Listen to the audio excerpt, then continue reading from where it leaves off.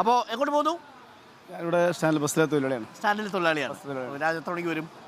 ഞാനിവിടെ ഒരു കാലത്ത് 5 6 മണിക്ക് വരും. 6 മണിക്ക് വന്ന് എത്ര മണിക്ക് തിരിച്ചു പോകും? തിരിച്ചു 8 മണിയാവും. 8 മണിയാവും. മൊത്തത്തിൽ ഇവിടെ കുറേ സുഹൃത്തുക്കൾ ഉണ്ടാവുമല്ലോ. ഒരുപാട് സുഹൃത്തുക്കളോടൊക്കെ സംസാരിക്കുമ്പോൾ ഈ തെരഞ്ഞെടുപ്പ് എങ്ങനെ പോകുന്നു എന്നാണ് മനസ്സിലായത്. തെരഞ്ഞെടുപ്പ് പോകുന്നത് എന്തുകൊണ്ടും ഇവിടെ ഒരു മാറ്റം ആവശ്യമാണ്. മാറ്റം ആവശ്യമുണ്ട്. മലപ്പുറം ജില്ലയിലൂടെ UDF ജയിച്ചിടത്തോളം ഒരു MP മാർ ഇന്നുവരെ ഒരു ഉപകാരം ഈ മണ്ഡലത്തിൽ ചെയ്തിട്ടില്ല. മണ്ഡലത്തിൽ കാര്യമായ വികസനം വന്നിട്ടില്ല. ഒരു ദിവസം വന്നിട്ടില്ല. MP മാരെല്ലാം ആ രീതിയിൽ വളരെ പരാജയമാണ്. ടി ക്യാമ്പസ് നിൽക്കുന്ന സമയത്താണ് ഒരു പിന്നെ കുറച്ചൊരു പുരോഗതി ചെറിയൊരു മാറ്റം ഉണ്ടായത്. പക്ഷേ അപ്പോൾ അതായത് വസീഫിനൊരു സാധ്യത വേണം എന്നാണ് പറയുന്നത്. മാറ്റം വേണം മണ്ഡലത്തിൽ. അപ്പോൾ മണ്ഡലത്തിലെ സ്വദേശിയാണ് എന്നുള്ളതൊന്നും ഒരു വിഷയമല്ല. കാര്യങ്ങൾ ചെയ്യണം. നാട് വികസിക്കണം. അപ്പോൾ വസീഫിന് സാധ്യത ഉണ്ടെന്നാണോ ഈ പറയുന്നത്? 2004 ചരിത്രം ആവർത്തിക്കണം എന്നൊരു പ്രതീക്ഷ നിൽക്കണം. അങ്ങനെ പ്രതീക്ഷ നിൽക്കുന്നു. ആണോ? എന്താ അവസ്ഥ? നമുക്കപ്പോൾ അർജുനുണ്ട്. അർജുൻ അഷ്ടപതിയുടെ പാട്ട് പാടി. ഞാൻ അർജുനിലേക്ക് തിരിച്ചു വരാം. ചേട്ടാ എങ്ങോട്ടാ പോന്നെ? വെറുതെ വന്നാ. എങ്ങോട്ട് പോകുന്നു? ജോലിക്ക് പോകുന്നുണ്ട്. Okay, wonderful. അപ്പോൾ ചേട്ടാ എങ്ങോട്ട് പോകുന്നു? എവിടേക്ക് പോകണു? നാട്ടിൽ പോയിട്ട്. എവിടെയാ? മഞ്ചേരിയിലേക്ക് പോകുന്നു അല്ലേ? ഓക്കെ. എങ്ങനെയാ മൊത്തത്തിൽ രാഷ്ട്രീയമൊക്കെ ഇവിടെ? ET ആണോ വസീഫാണോ? എവിടെയാ? കോഴിക്കോടാണോ? അല്ലല്ല, മഞ്ചേരി അല്ലേ? മലപ്പുറം തന്നെ. ആർക്കാ സാധ്യത അവിടെ? മത്സരമുണ്ടോ? കടുത്ത മത്സരമാണോ? കടുത്ത മത്സരമുണ്ട്. കഴിഞ്ഞ തവണത്തെ പോലെയല്ല, ഏകപക്ഷീയമല്ല അല്ലേ? വസീഫ് ഒരു ശക്തമായിട്ട് സ്ഥാനാർത്ഥിയാണോ? വസീഫ് അല്ല.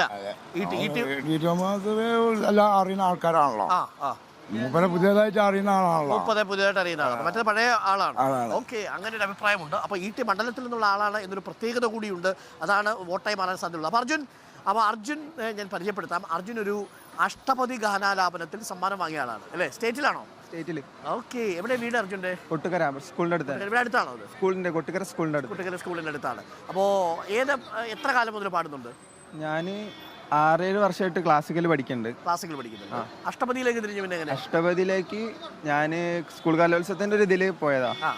അപ്പോൾ നമുക്ക് അഷ്ടപതി പാടുന്ന അർജുൻ്റെ പാട്ട് കേൾക്കാം. അമ്പലത്തിൽ എവിടെയെങ്കിലും പോയി പാടിയിട്ടുണ്ടോ? ഇല്ല, പാടിയിട്ടില്ല. അപ്പോൾ ബസ് സ്റ്റാൻഡിൽ നിന്ന് അഷ്ടപതി പാടുക, അതൊരു അനുഭവമാണല്ലോ. അഷ്ടപതി പാടണം. പിന്നെ ഏതാ പാടുന്നത്? ഞാനൊരു സിനിമ കാണുമ്പോൾ. ശരി, സിനിമ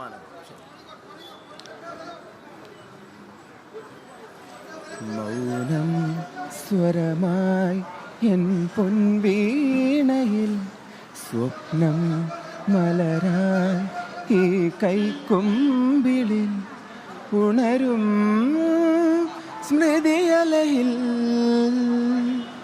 ആരോ സാന്ത്വനമായി മുരളികയൂതി ദൂരെ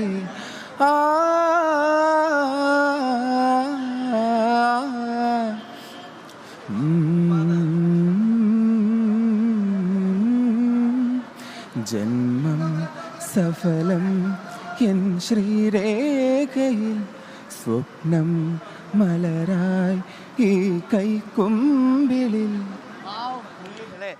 സൂത്തിങ് ആയിട്ടാണ് അർജുൻ പാടിയത്. കൊള്ളാം അർജുൻ. പൊളിച്ചു. അർജുൻ കുറേ ഫാൻസ് ഒക്കെ ഉണ്ടാവുമല്ലോ സ്കൂളിൽ ഫാൻസ് അങ്ങനെയൊന്നുമില്ല. ഏത് ക്ലാസ്സിലാ? ഞാൻ ഇപ്പം +1 പോകുന്നു. അല്ല, +1 കഴിഞ്ഞു. ഹ്യൂമാനിറ്റീസ് ആണോ? ഞാൻ സയൻസ് ആണ്. അപ്പോൾ പാട്ടുണ്ട്, അഷ്ടപതി ഉണ്ട്, സിനിമാ പാട്ടുണ്ട്, ശാസ്ത്ര സംഗീതം പഠിക്കുന്നുണ്ട്, സയൻസുമാണ്. Okay, wonderful. കൊള്ളാം. അർജുൻ്റെ പാട്ടാണ് നമ്മളിപ്പോൾ കേട്ടത്.